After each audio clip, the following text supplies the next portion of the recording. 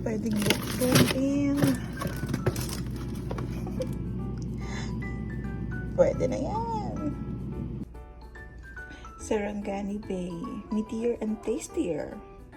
Talaga lang, ha? Well, it looks good. So, let's try. Tingnan natin kung ano instructions. Paano ito lulutuin?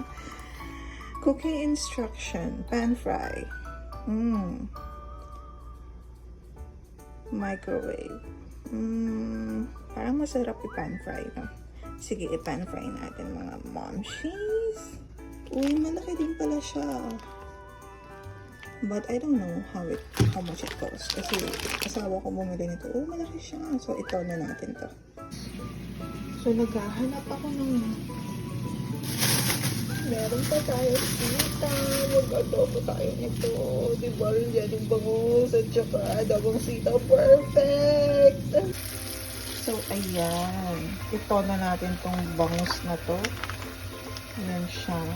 Little trivia, mga sisi. Actually, libre yung kuryente. Ay, yung hindi kuryente. But yung water na nandito, libre na siya. Kasama siya sa renta.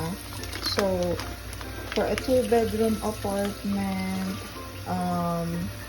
it costs us $13.50 and it is